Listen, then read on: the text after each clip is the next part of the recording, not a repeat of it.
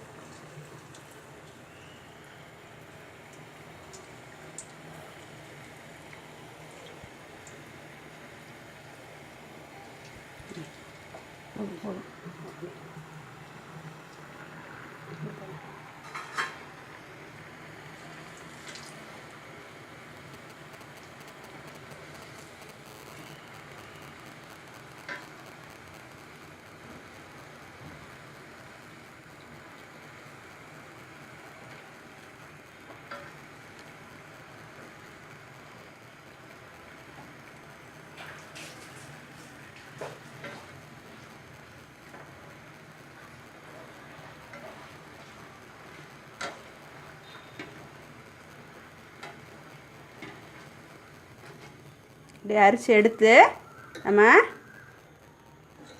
தேங்காய் பாலில் போட போகிறோம். இப்போ பொரிச்சு எடுத்த உருண்டையை நம்ம தேங்காய் பாலில் போட்டிருக்கோம். நல்லா ஊறினோன்னே எடுத்து சாப்பிட்டா ரொம்ப டேஸ்ட்டாக இருக்கும். இந்த ரெசிபி உங்களுக்கு பிடிச்சிருந்தா நீங்கள் உங்கள் வீட்லேயும் ட்ரை பண்ணி பாருங்கள்.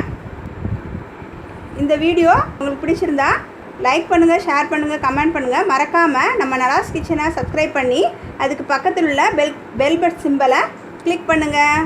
தேங்க்யூ.